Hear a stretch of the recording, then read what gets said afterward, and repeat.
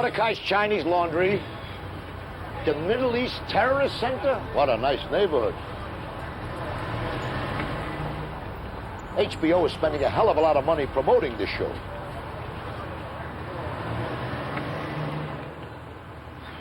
The last time I was in a joint like this, I had my tea leaves read. 10 Hut. Hi, what is your name? J.J. Wall. What's your real name? John Wall. I use J.J. because people thought John Wall was something to write on. Is it? Midwestern humor. You're Steve, right? Yes. You have a last name, right? Yes.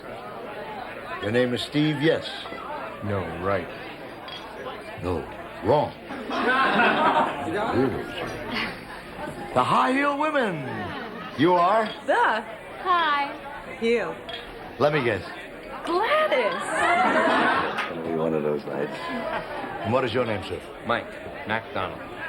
Young comedian show, huh? He's 10 years older than I am. What is your name? Dina Merrill. I'm David Beagleman. Screw me.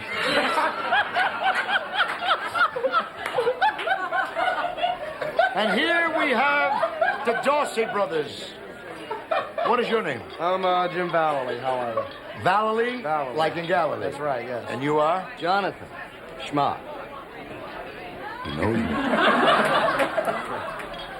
Pleasure. From New York, Home Box Office and Catch a Rising Star proudly present the 7th annual Young Comedian Show, starring Alan King. I'm so nervous.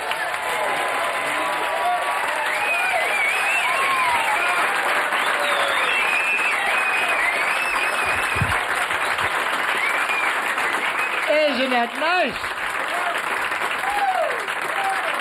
Good evening. How are you all? I feel like a talk show host. All that bullshit when you come out. How are you? Isn't it nice? Looking around. I started in the toilet and I'm going to end my career in one. Rick? I haven't been in Catch a Rising Star now, what, 7, 8 years? And it's a thrill to see how much money you put back into this place. Your maitre d' should be Gail Sundergaard. You know, when I was a kid, we didn't have clubs like this. Well, we did, but we used to get paid.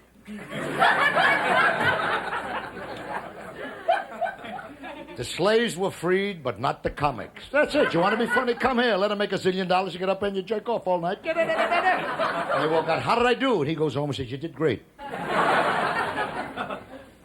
Isn't this nice? The table for 12 at Catch a Rising Star. I don't know anything about smoking and dope. I don't know. All the young guys. I talk about drinking, and which is the same damn thing. But I never come out here alone. Never. And I remember that years ago, a great comedian, Joe E. Lewis, I mentioned it to one of the younger comedians, and he said, oh, I saw him fight Billy Conn. I said to another one, the Catskill Mountains, I said, is that near here? Things have changed, but everything really remains the same. It really does. And right here, these are some of the great young comedy stars that have been part of this 7th Home Box Office Young Comedian Show. Great young comedians like Carl Reimer. With the exception probably of Bob Klein, nobody does political humor anymore. And all you got to do is, I was watching the news just before the show tonight. Reagan is still there. And nobody wants to do anything about it. Don't you think everybody should up in arms? From the hills, like the Green Mountain Boys. Something's got to be done. I watched our president tonight standing in front of the Rose Garden. The wind was blowing. Not one hair moved. But his neck moved.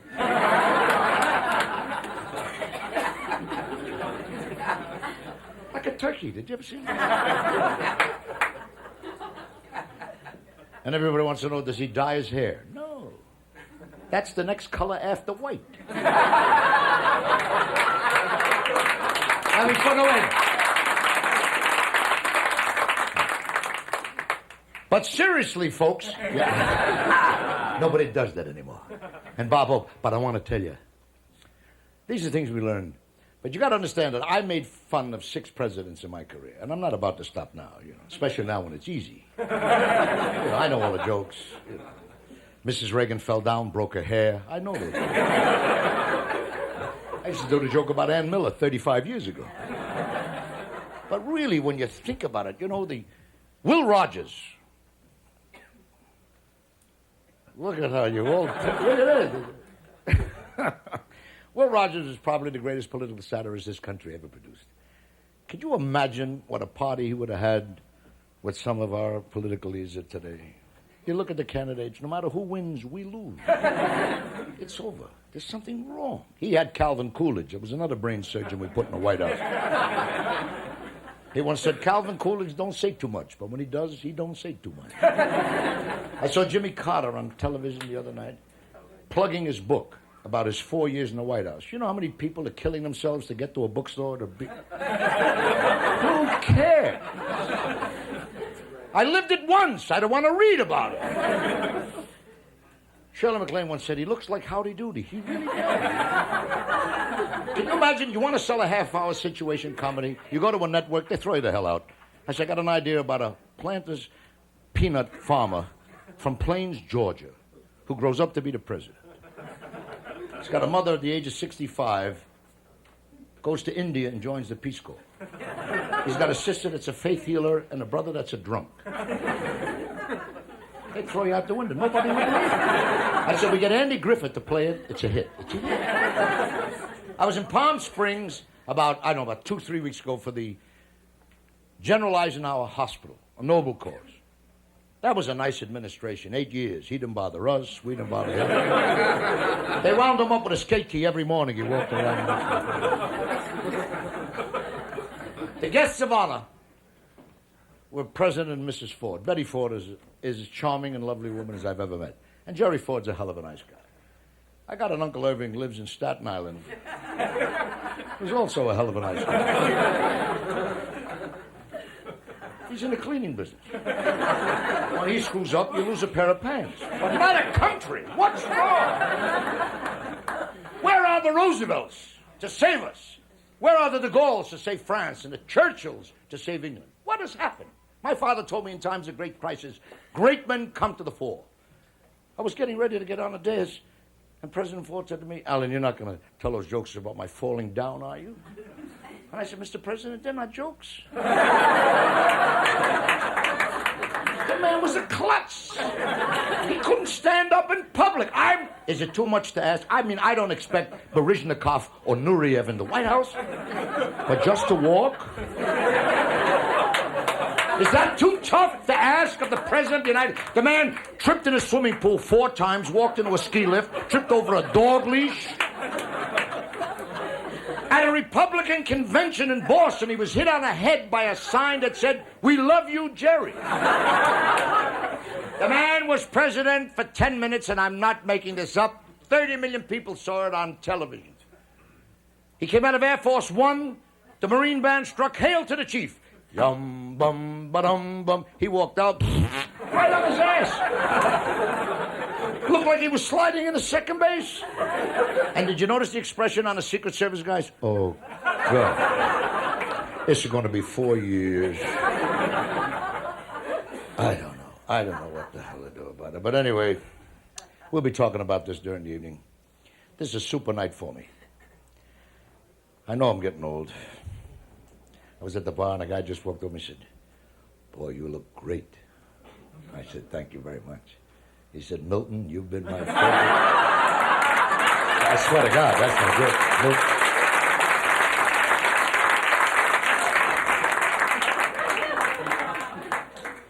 joke. In the words of Joey Lewis, he said he felt sorry for men that don't drink.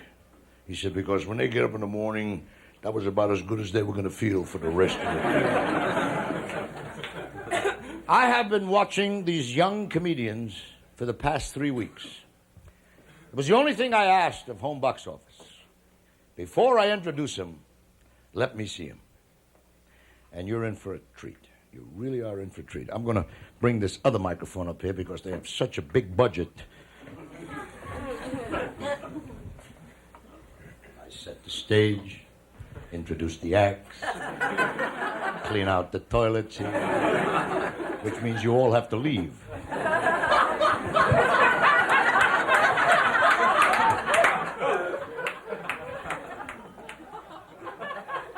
Our first act chooses to be called the Funny Boys. That's tough following that, right? We'll be the judge of that. They're wonderful. They first met while they were studying at NYU. They got their first big break here. I think, how do you get a big break in this?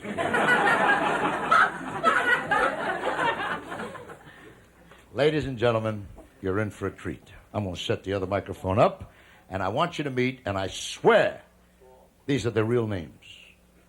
Schmuck and Valerie.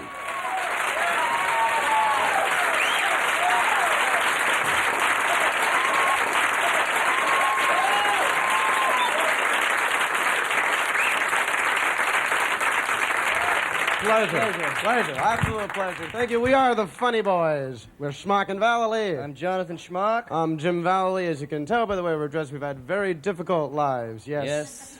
In the ghetto where we were born, life was tough. We had to do some very unusual things to amuse ourselves. Yes, one of the things we did to amuse ourselves was we went to amusement parks. It seemed logical at the time, and one of the things we saw at amusement parks were Siamese twins that would frequent those establishments. I'd like to do a quick impression for you right now. Our impression of Siamese twins going on a roller coaster. And we hope you like it. Good crowd. Yeah.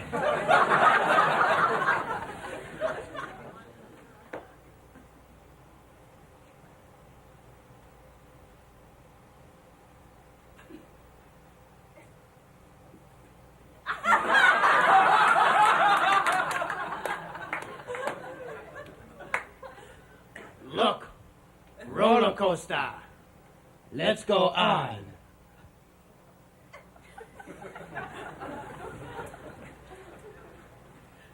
What the hell are you looking at?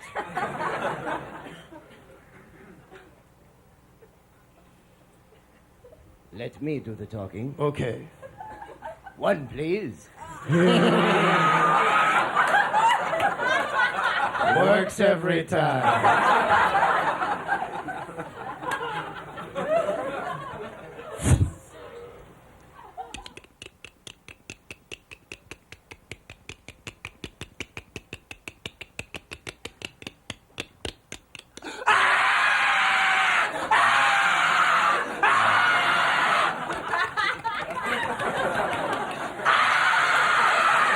Roller coaster. Phew.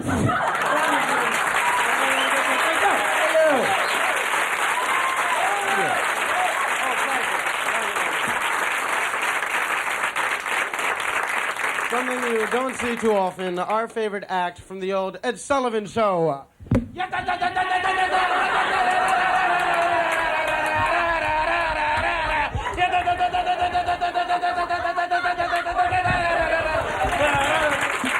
Thank you.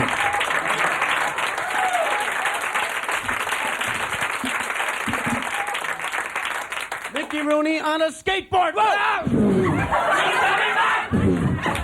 Short visual. Short visual. And now, here's the star of Family Feud, Richard Dawson. Thank you very much. Now let's play the Family Feud. Let's meet our first family. From the Clydesdale section of Boston, let's welcome the Bensonhurst family. Thank you very much, Richard. I'd like to introduce you to my lovely wife, Betty. How do you do? That's my young son, Skip. Skipper. And that's my 14-year-old daughter, Melissa. This is a good one. I think we should talk later. Enjoy. Let's meet our next family. From Detroit, Michigan. Detroit. Let's welcome the Washington family. Hey, yo, Richard, what's happening? My man. I'd like to introduce you to my main squeeze, Teresa. How do you do? This is my first common-law wife, Lucille. How do you do? This is my young son, Bo. How do you do? This is my probation officer, Mr. Collins. This is my best friend, Pork Chop. This is Simon. This is Farina. This is my friend Abdul Kalim Salam. He drove the bus. Enough. Play the Family Feud. Let's play the feud. Let's do it. We polled an audience of 100 people in the Polo Lounge of Beverly Hills. I've been there. Our first question. Name something you look forward to getting in the mail. The Washington family. Welfare check. It goes to the Bensonhursts. Oh, I'll tell you, Rich, when I drive down to the mailbox each morning, I'm looking forward to picking up my copy of Golf Digest. Golf Digest. Good answer. $100 for the Bensonhursts. Golf Digest. Very good My answer. golf balls, you Got know. that out of the tape. How come you didn't kiss my wife? Never mind. Our second question. Name something you wear on your head. The Washington family. A comb. That's their polo helmet, Rich. Polo helmet. Good answer. Thank you. We have nothing for the Washington family. $200 for the Bensonhursts. And we don't even need it. We have time for one more question. This is for the big money. This is for the game. Whoever gets this question right wins the game. Name a common unit of measurement. The Bensonhursts. A furlong.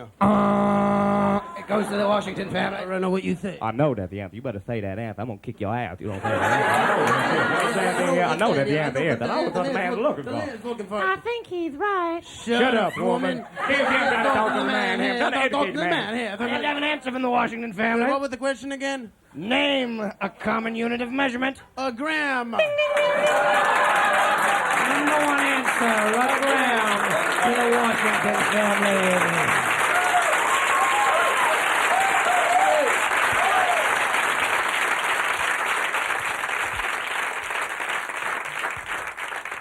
Well, you gals ought to like this next bit. Next on, that's incredible.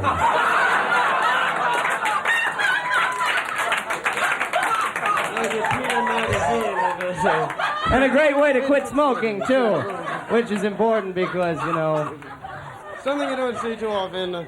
Our impression of the monster, King Kong, Doing the dishes. The dish is King Kong.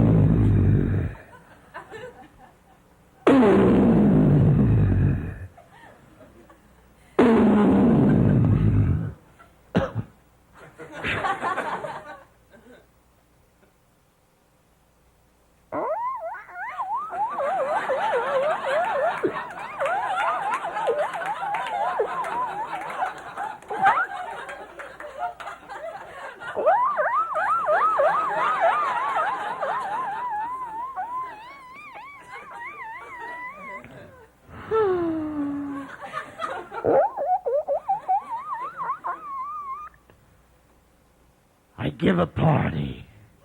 Godzilla comes. My friend, Godzilla. Does he bring cheesecake? No. Does he help me do these little stupid dishes? No. He brings Reptilicus with him. That bum, Reptilicus. And this Japanese producer. They want me to do a movie with Reptilicus. I'm a mammal monster. He's a reptile monster. I don't work with no frogs. And this Japanese producer, this is the way he talks to me. He says, "Oh, please be in my movie, King Kong. Oh, your name is very big in Japan, King Kong. Oh, please be in my movie, King Kong. I need this bullshit, right? I'm a big movie star. 40 years ago, I stood up on top of a building. Babes crawling all over me. Pound and a half of coke in each nostril. Now, I'm lucky I get a set of little dishes in a chair. I'm telling you, I used to get Fay Ray and a banana. Now it's Alan King and a cigar.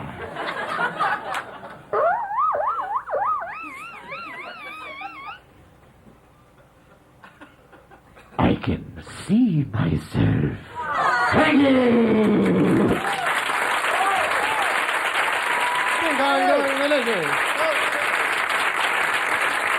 Once again, Mickey Rooney! Whoa! Like a short visual for you. Well, this has been a lot of fun and sort of a public service announcement to you all right now. Yes, a lot of people are doing the drug they call cocaine. Now, we're not telling you to do the drug cocaine. Heck no, it's too expensive, but... But seriously, you know...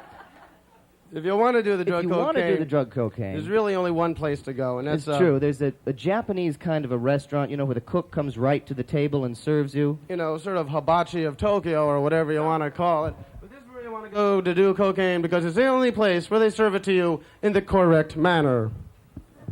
Cocaine, please.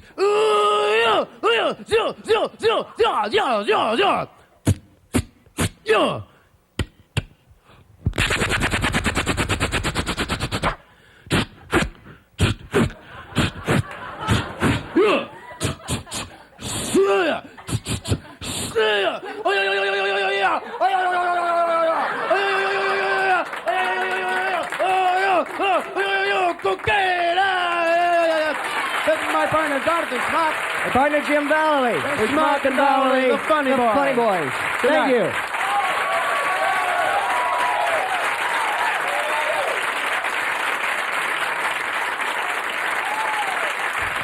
Smock and Valley, let's hear it for these very talented young men.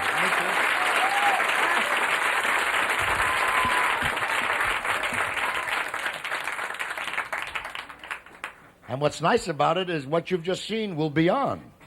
I'd like to present a native New Yorker. But he started his comedy career in San Francisco.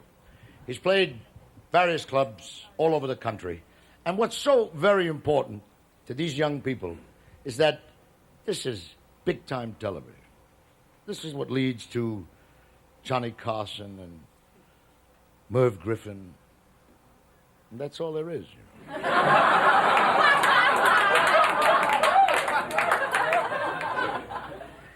It's shocking, isn't it? Ladies and gentlemen, I want you to meet a wonderful, wonderful young comedian. He's big, but he's young. And the way they dress, did you notice? All my life, before a show, a little makeup, get the suit pressed. These comics, they put their clothes on, then they roll in the gutter before they come out. It's a whole new world, but a funny one. Ladies and gentlemen, will you say hello to Mr. J.J. Wall?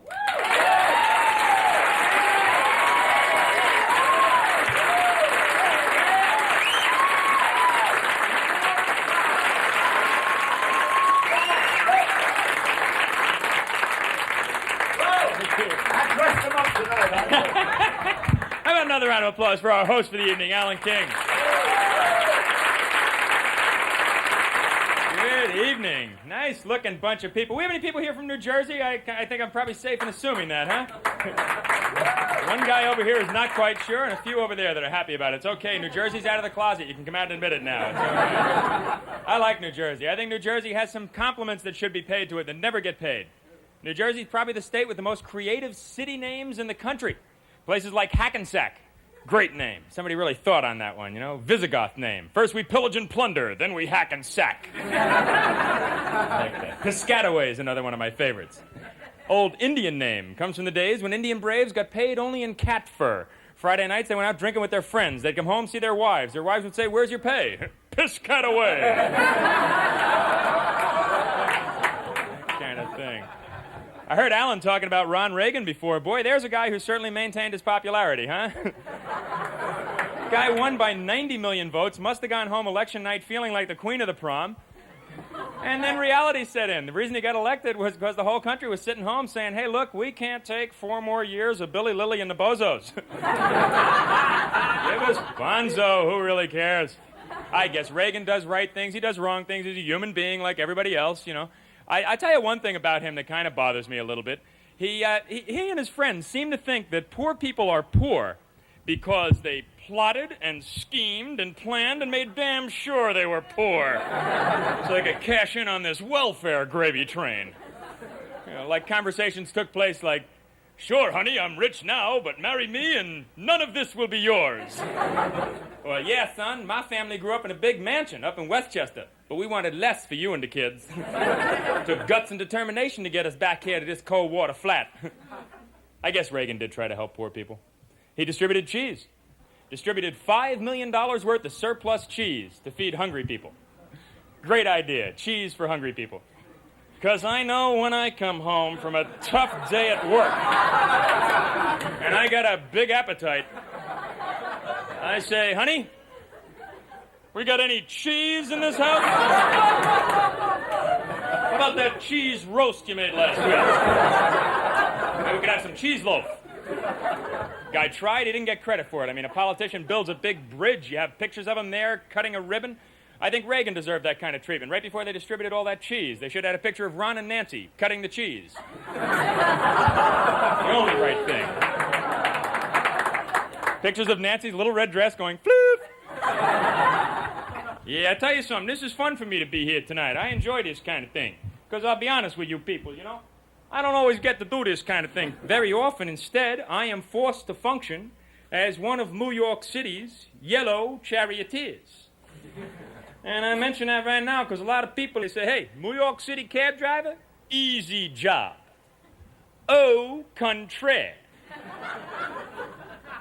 Actually, before I go any further, maybe at one point or another, some of you folks, maybe you've been in my cab. Take a look. You might recognize me.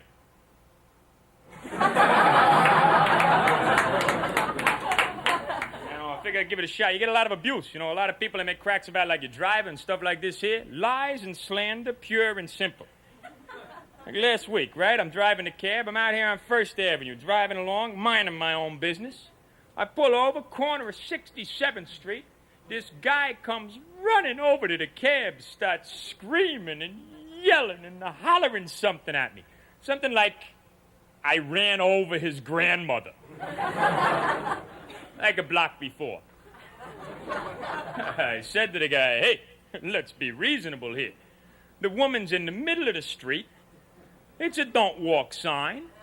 I didn't hit her straight on. I just kind of winged her. Guy starts cursing at me. I told him, get her off of my fender and get out of here.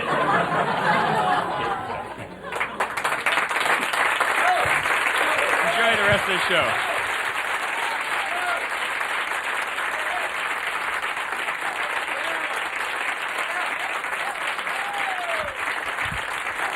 Oh, is this going to be something like a production? Look at those. Those microphones represent something important.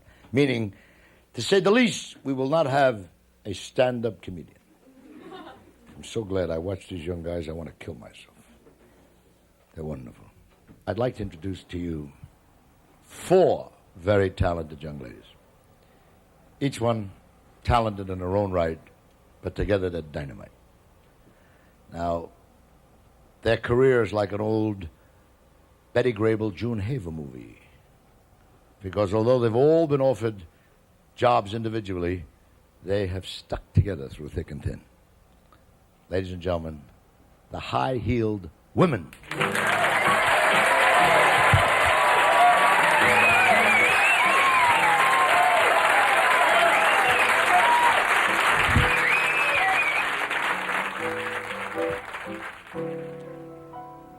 Lovers on a moonlit bay, as the night gives into day, I had to go, I had to stay in Rio. I trembled to his tender touch. I said, no, no, you want too much. He said, have you never loved a man in Rio? We were having so much fun. He forgot his protection. I discovered Concepcion in Rio. Ay, in Rio. In Rio. Ay,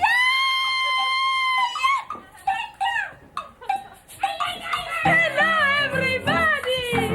This is Gilberto, here to talk to you tonight about contraception.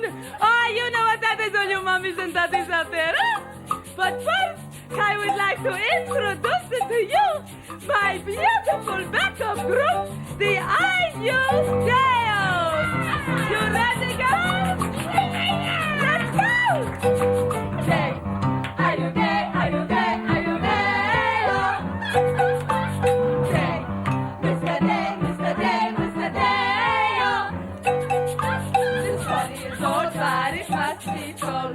So, girls, remember just one thing.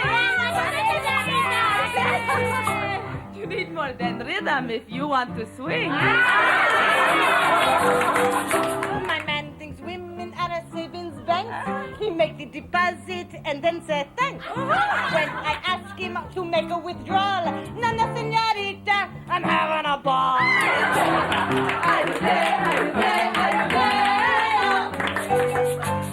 Weak, Mr. Weak, Mr. Weak, Mr. Weak.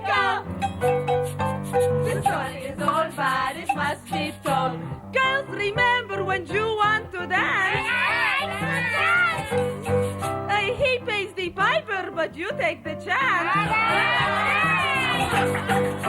The doctors say the pill is bad for my heart. My man say he will do his part. I ask him to use a prophylactico. No, he says it's anticlimactico.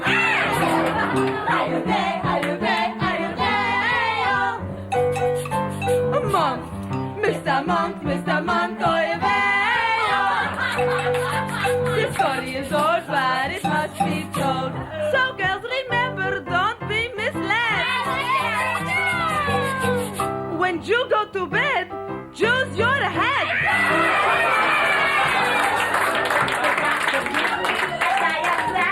But my man say he don't like the jam. Then one morning he was up a tree, and all I had said was vasectomy. We would like you to sing along with us. Now, the words are very simple. Day, ayude, ayudeo. Now, we want the women to sing first. We want the women to come first for a change. You ready, guys? Okay, let's try it. Right now. Day, ayude, ayude, ayudeo. Don't fake it, girl. Sing. Ayude, ayude, ayudeo. Now, just the men. Ayude, ayude, ayudeo. Now, come together. Ayude, ayude, ayudeo. The story is old, but it must be told. The story is old, but it must be told. The story is old, but it must be told. The story is old, but it must be told. Hey!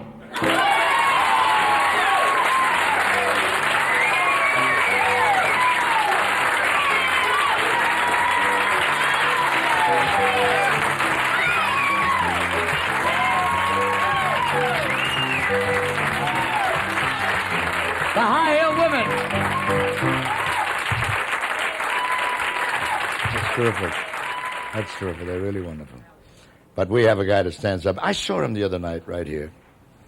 And when he said he's going to be on the Young Comedians show, he looks 22 years older than I do. But he comes from a very strange place, from Canada. It's the country that provided us with such great comedians as Barry, Manitoba, Alberta, Ontario, and Margaret Trudeau. I looked at his credits. Now, you're not going to believe this. He's played clubs like the Hiccup Club, Yuck Yuck in Toronto, the Igloo in Labrador. This is quite a beginning. And from there, it was all downhill. Ladies and gentlemen, I'm very proud to present Mike McDonald.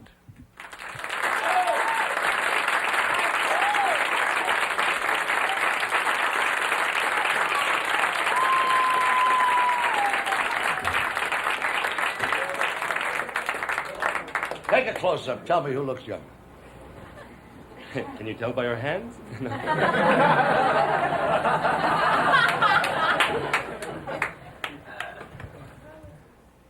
So, hi, I'm Eddie Munster.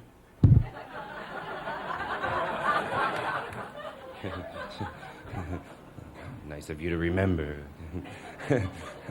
No, actually, I'm Michael McDonald, and I have an attitude problem. That's what they told me all the way through school. You have an attitude problem, Mike? You just don't seem to like anything, do you? I said, no, especially not you. My teachers hated me. I loved it. I preferred it that way, actually. They used to say the same shit to me all the time, you know. You think when you get out of high school, Mike, you're just going to find a job where you can tell jokes all day? Is that it? And I did. Beat them at their own game. Now I make more money than they do. It's great. This is great doing comedy and everything, but actually one of my first desires when I was growing up was not to be a comedian. It was to be a rock and roll star. Ever since Elvis and the Beatles, I said, I got to be one of those guys. The whole fantasy about being a rock star, that I could get into. When I was a kid, I used to actually live it out. I used to run home after school, run upstairs to my room, shut the door, make sure my parents were way down in the basement watching TV. My full-length mirror out, my headphones, real headbanger album, put on the stereo. Then I get some Playboy centerfolds, put them out in front of me. It's nice to play to a crowd, perhaps. Somebody looking up at you, it's nice. Then I would always go one step further in the fact that I would actually dress up for the part.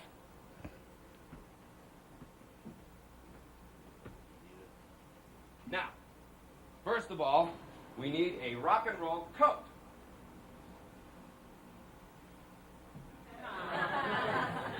This is like the rockiest thing I could find in the house at the time. Actually, my father used to wear this when he was stationed in France in the Air Force.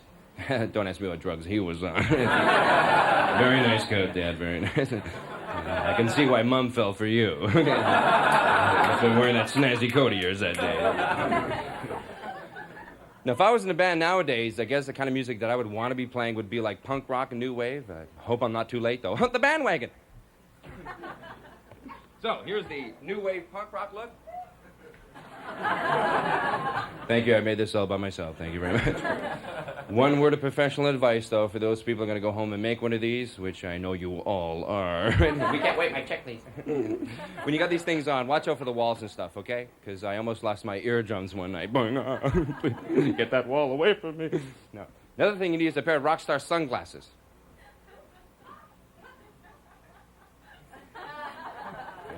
So you can see right away, these aren't normal sunglasses. These are called Hollywood Spectaculars. Giant glasses. I love it has a picture of two white people on the front having fun with them on. This is the way I want my race portrayed. Good. Great.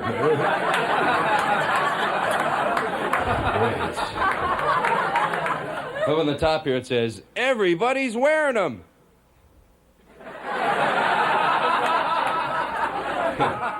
Where? On Venus, perhaps? I love the other side says, useful protection.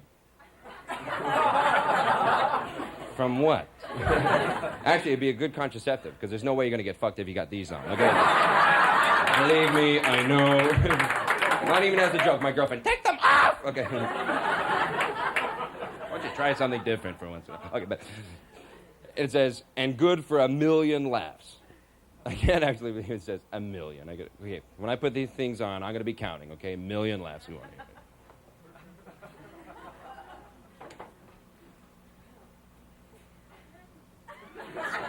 1, 2, 3, 4. Come on, we got a long way to go now.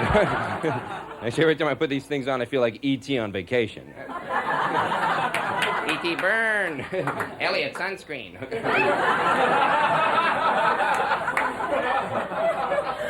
Well, like I said before, I couldn't get into the air guitar, so I taught myself how to play something else. Right, somebody out there say tennis racket? Boy, I can't put a thing over this crowd. Ooh, hip New York crowds, I love them. Normally this is a tennis racket, but in my rock and roll fantasy, this is Mike's.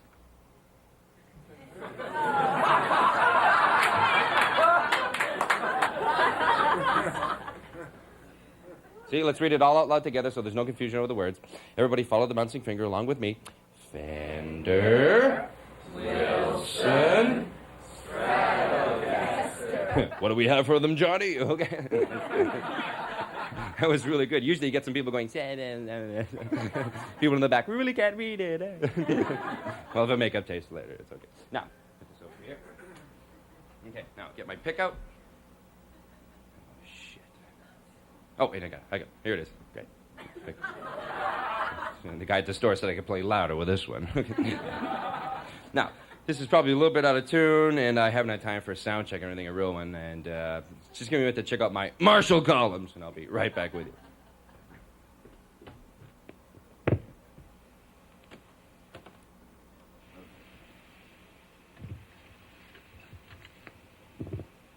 Sounds like...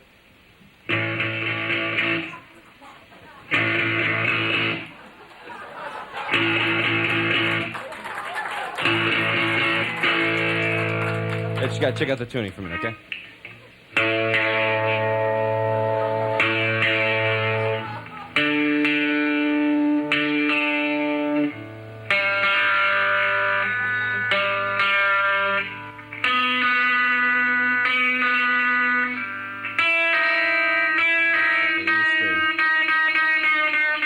Oh, wrong way, sorry. That sounds like... Oh, well, good enough for rock and roll.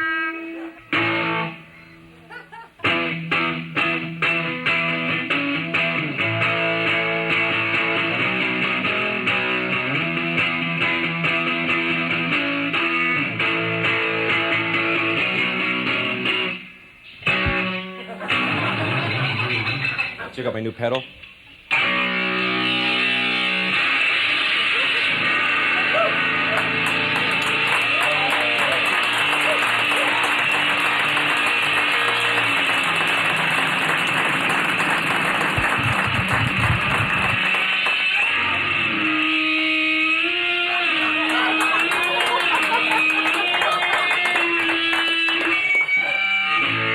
Okay, so here we go.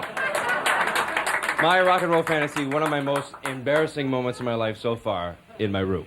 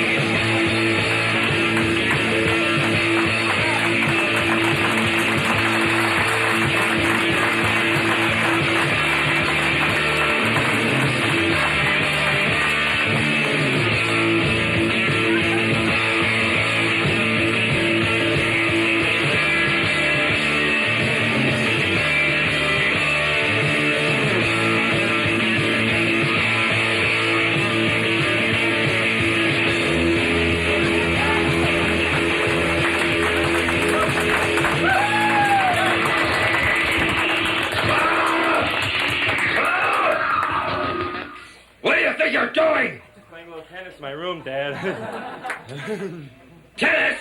And those clothes? It's like rock and roll clothes, Dad. I bought your coat. Rock. I think you got rocks in your head. Did you get a job yet? I was supposed to phone this guy tomorrow. Looks pretty good. I have to phone him. You better find one real fast so you can pack your things and get out! Now clean up this pigsty and get downstairs for supper and put away that stupid tennis racket! Yeah, someday it'll pay to see this old man. What was that? Whoa! Nothing, no, just anywhere to put this. Thank you very much. You've been a dynamite crowd. Good night, HBO. Good night, Catch. Good night, New York City. Thank you.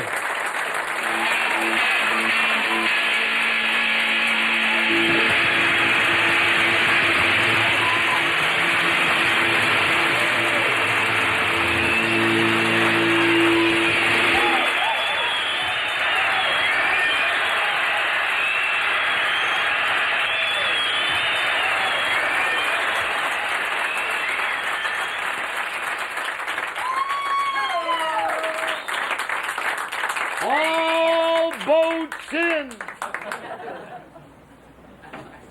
Isn't he great? Isn't he wonderful? Just.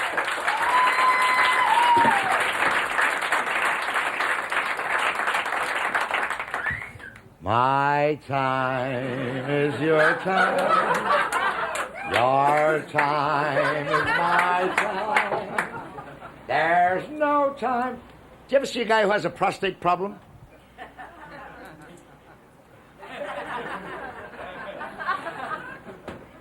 It's Hanukkah. Only Gentiles come to this club? Ladies and gentlemen, where do you see this weirdo? Oh, he's out of his mind. And that's what comedy's all about. I watched him 2-3 nights in this club, and I said to the producers, through an interpreter,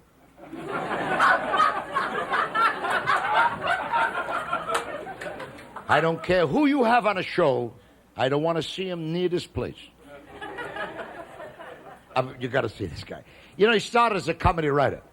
And a lot of us started as comedy writers. That's when you couldn't get a job telling jokes live, you wrote for somebody else. This young man wrote for Joan Rivers, and we all know that Joan, all of a sudden, now that she's gone through menopauses, she's a big star. This is a guy that put a lot of the words in the mouth.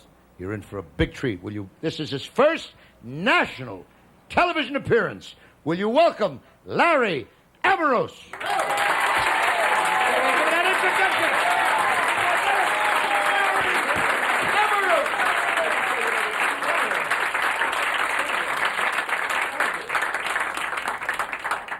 You told me you were Dina Merrill. I lied. Left the stage like a mess, for Christ's sake. You're a big star. Pick up after yourself. How are you? Oh, terrific. I don't feel well. I canceled my operation. I was going to have a colostomy. I couldn't find shoes to go with the bag, so... As you can tell, I've adjusted well to life.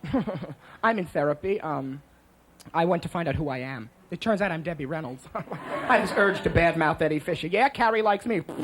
So the therapist suggested I should travel around the country to see if I could find anybody somewhere who might like me for more than 5 minutes.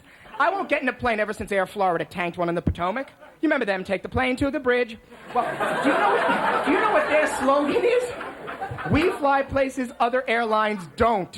Like what? The side of a mountain? Thanks, I'll walk. It's not that big a deal. So I traveled by Greyhound bus. Not that Greyhound has the greatest slogan in the world. The Greyhound motto is, leave the driving to us. Like at $53 a ticket, I'm taking a shift behind the wheel. Mother, try this. Kick him out of the way. This is terrific. Do you know what's wrong with public transportation, basically? The public, they're disgusting. Whatever sits next to you, it's like a law, it's going to be a cretin. It's like a McDonald's employee. It's like, boom. It's like the type of people that have a plate in their head and they smell from urine and their pants are moving, and it's a whole problem. Now, it's true. I'm coming back from Buffalo, which is... I was in Buffalo, which is like this far away from being Detroit, a real powerhouse town. They only have 2 seasons there, winter and July 11th.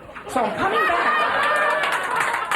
coming back from Buffalo, and this guy gets on the bus, and his eyes are not even looking in the same direction. I mean, it's annoying. One of them's sightseeing, the other's reading a book called Hitler, the Lighter Side. And he's irritated. He's starting to foam at the mouth. So I figured it was Noxzema. I started to shave. Who knew? Now, finally, he finishes volume 1 of this fabulous brochure, and the eye does one of these. The other one, mind you, didn't miss an exit sign. He does one of these, and he starts looking at me, and he goes, Jesus loves you. I said, hey, look, it was just a summer thing. We were young, we were crazy. A couple of margaritas, lay off. Yeah. I mean, oh, boy, I don't know. They say you can't make religion jokes. Let's go. Shit on the Pope. Let's go right now. It's like, I have trouble with religion. I'm from a mixed marriage. I'm half American Indian and half Jewish. My grandfather is Sitting Bull. My grandmother is Gladys Foxman. It's true. My legal name is Running Sponge Cake. It's very bizarre. At my bar mitzvah, we danced in a circle. Rained like hell. Just destroyed the place. I even went to a Jewish parochial school. You know how they have them. You know how most parochial schools are named like Christ the King or Pius the Savior? I went to Murray the Furrier. Making Peltsin seems very nice. You know, it was strange, because we didn't have cheerleaders. We just had 15 real homely women named Miriam stand there and go, have fun. Maybe I'll be here later. Maybe not. So it was very nice. I love Jew jokes. It's terrific. So I'm back, and I'm here, and it's like, And I basically, as you might imagine, have absolutely no life. So I sit home and watch TV all the time. And I don't mind TV, but I'm all right. I'm a nice guy from Long Island, and every time I turn on the TV, I'm seeing feminine hygiene ads, and I'm kind of sick and tired of it. Do you agree with me, gentlemen? It's like, enough. Put a sign in front, out of order, come back in a week, you got hands. It's like, I don't need to know. It's like, do you douche? I don't mean like you smell the pictures of complaining, mind you, but it's like, there's always douching there. You've heard the disposable, the all-new disposable douche? Who saves them? How many people here have a douche collection they whip out for company? Anybody? It's like, honey, forget the family album. Put the douche on the tablecloth. I think the guests will like it. Come in. And now they have the back to basics douche with vinegar and water. To me, it sounds like a salad dressing. I mean, it's like, okay, who put the bacon bits in grandma? Oh, it's disgusting. And now women are breastfeeding everywhere. Like Lynn Redgrave, you breastfeed everywhere. I saw it the other day in public. There was a lady, there was a breast, there was a face attached to it. About 41 years old. It was a little ridiculous. And I walked up and I said, lady, that's just disgusting. She goes, it's a natural body function. I said, so's taking a shit. You want me to do it here on the train? Maybe a Lance of Boyle over dinner act. So I've been dating again, and I go on blind dates. I don't mean the dates are blind, bring a dog, we'll explain later, ha, ha, ha. I mean, I get set up on blind dates, and I don't know if you've been on a blind date recently, but 90% of them, I mean, it's like real, they're bad news, see. But if somebody calls you up and says, geez, Larry, I've got an ugly girl, what am I going to say? Fabulous, send her on over? Of course not. Say these little buzzwords to let you know you're getting a real pig. They'll say, like, she has a nice personality. This means she works part-time as a lab animal. I mean, this is bad news. Or they'll say, she's sweet but plain. Plain means she has no face. It was burned off in a fire. No eyes, no, it's just a stump with a hat. I mean, you're getting, it's like, it's like a veteran comes over. Or they'll say, here's when they go, she's fun at parties. This means she's fat, but she drinks. Let's everybody fuck her. Now, the worst one I ever heard, my father set me up. I hope you have a stroke. My father set me up. He said, she has a lovely face. She did. It was surrounded by about 15,000 pounds of flesh. It was like Cleveland with a head. I mean, this girl was everywhere. True story, I'm sitting in my living room waiting for the girl. She drove up. No car, she just drove up. I mean, it's like a recreational vehicle pulled in front of the house. Now, I took this animal out for dinner. It cost me $104,000. I swear to you, I don't know what she ate. It wasn't on the plate long enough to make a positive ID. I was like, check. Even the guard dog disappeared. On the way home, she coughed up a fur ball. Surprise! Now, after dinner, mucho mistake-o, dummy took this girl clothes shopping. Have you ever gone clothes shopping with somebody who weighs more than the neighborhood? They've got these specialty stores for fat girls. The clothing only comes in 3 sizes. Jumbo, husky, and oh my God, it's moving towards us. And real fat women never say they're fat. They say things like, I'm big-boned. No dinosaurs are big-boned. Put the fucking Twinkies down. Stop eating. I'm a jumpette. I'm a teeny-weeny. Go to hell, you're fat. It's Barnum and Bailey wearing a dress.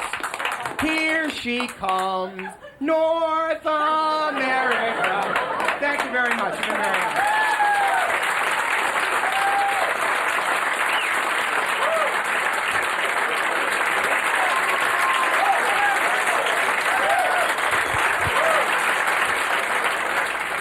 He could get last during a forest fire. He also makes Don Rickles look like Donny Osmond. That's what comedy's all about. It really is. It's a right hand, 2 left jabs. Keep going. I love it. I love the energy. I don't care what they're talking about. You can watch it on a monitor backstage and just watch these young guys and you say, look at them there. It's like watching a fight. Hit, hit, hit, hit, jab, jab, jab. And in the same vein, where do you see this guy? Energy, exuberance. It's remarkable. I watched him twice, and I didn't believe what I was seeing. He comes from the Boston area, which is close to Cambridge, I'm sure. You're in for some remarkable comedy, and the young man's name is Stephen Wright.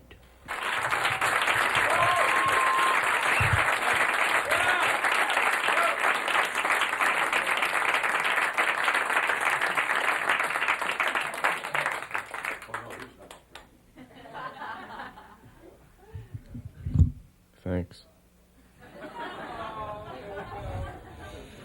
Last night, I think it was last night, I had a dream. Last night I had a dream that all the babies prevented by the pill showed up.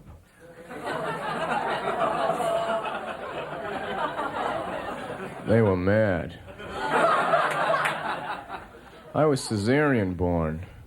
Can't really tell. Although, whenever I leave a house, I go out through the window.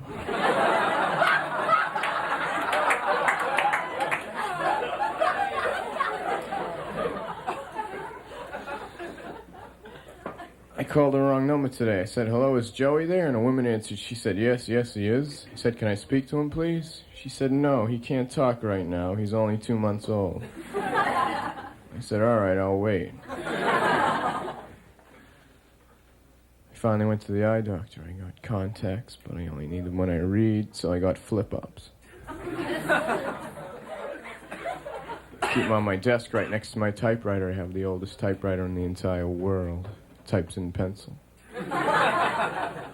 Under my bed, I have a shoebox full of telephone rings. Whenever I get lonely, I open it up just a little bit and I get a call. One time I dropped the box all over the floor and the phone wouldn't stop ringing. So I had to have it disconnected. I got another phone, though. I didn't have much money. So I had to get an irregular phone.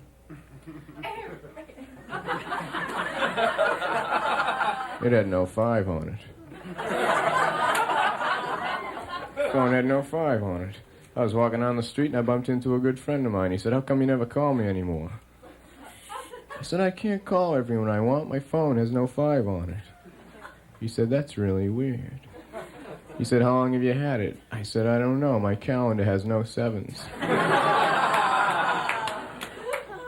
I got up the other day and everything in my apartment had been stolen and replaced with an exact replica.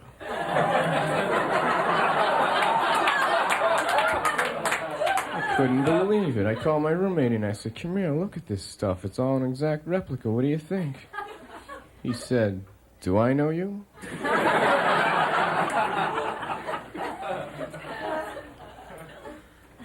One time, right in the middle of a job interview, I took out a book and I started reading.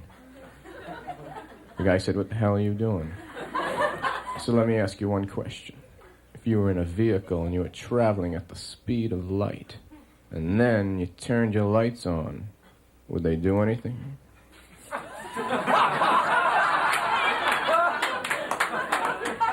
He said, I don't know. I said, forget it then. I don't want to work for you.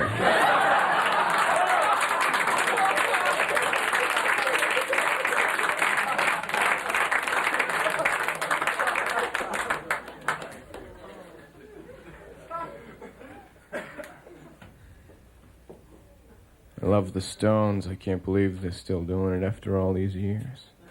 I watch them whenever I can. Fred and Barney.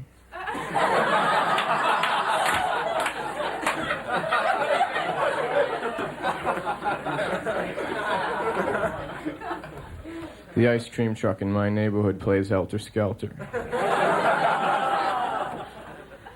A couple of nights ago, I came home very late and was having a little bit of trouble getting into my apartment. I accidentally took out a car key and I stuck it into the door and turned it and the building started up. So I drove it around for a while. I went too fast and the police pulled me over. They said, where do you live? I said, right here.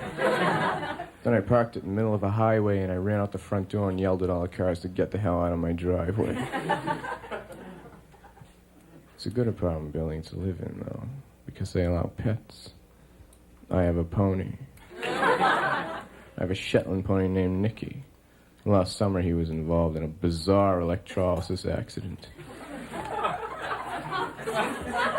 All the hair was removed except for the tail. Now I rent him out to Hare Krishna family picnics.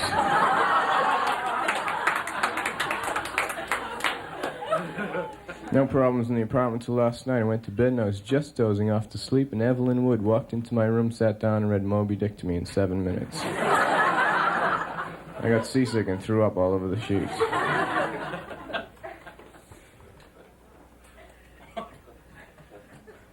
One time I went to the drive-in in a cab. The movie cost me $95. I went to court for a parking ticket. I pleaded insanity.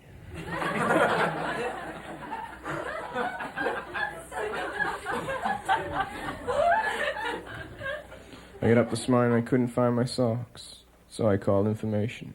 I said, "Whole information?" She said, "Yes." I said, "I can't find my socks." She said, "They're behind the couch." And they were. I'm tired of calling up the movies and listening to that recording of what's playing. So I bought the album.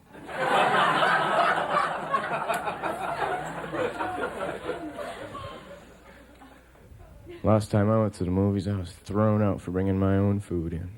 My argument was the concession stand prices are outrageous. Besides, I haven't had a barbecue in a long time. Last night, a jet flew a little bit too close to my house. I was walking from the living room to the kitchen, and the stewardess told me to sit down. For a while, I lived in Vermont with a guy named Winnie.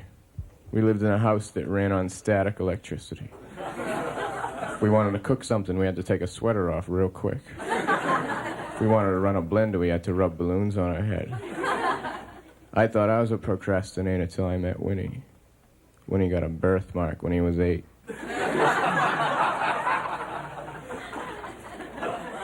All Winnie did all day was practice limbo. He got pretty good. He could go under a rug. I had a job at a nearby lake. I taught baby fish how to turn all at once. About 6 months after we were living there, I looked outside my window and I saw a bird wearing sneakers. He had a little button on that said, "I ain't flying nowhere."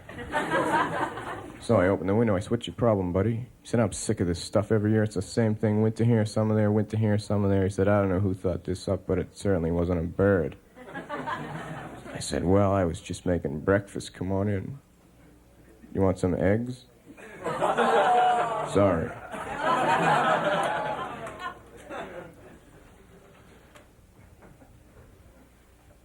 I was cleaning out my closet, and I found an old bathing suit that I had made out of sponges. I remember one time I wore it into a pool, and then I left, and no one could go swimming until I came back.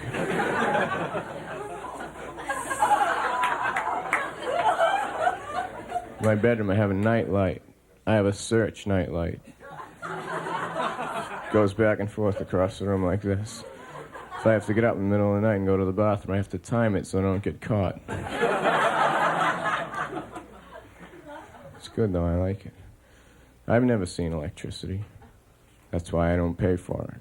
I write right on the bill. Sorry, haven't seen it all month.